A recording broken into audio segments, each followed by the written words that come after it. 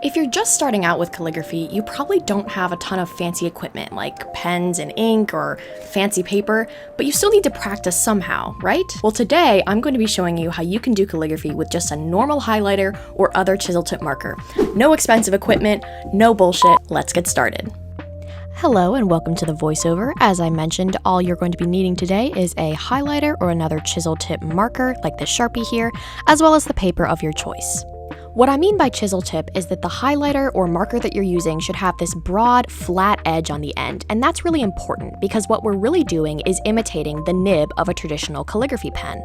If you look at these side by side, you'll see that they both have this broad, flat edge at the end, and that's what we use to form our letters.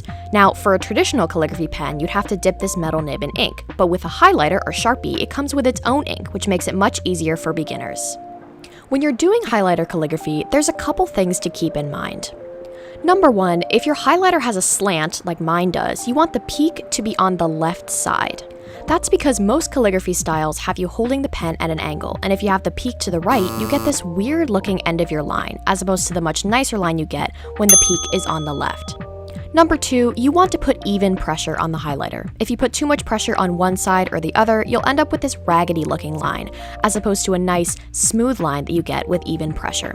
This just comes with practice, so if you're totally new to calligraphy, I'd start by writing a bunch of straight lines before you dive into letters.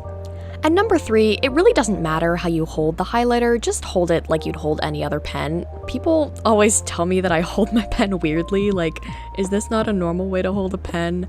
I don't know. If you hold your pen like this, just leave a comment so I know that I'm not the only one. But anyway, how you hold the pen doesn't really matter, but what I would recommend is planting your wrist on the table.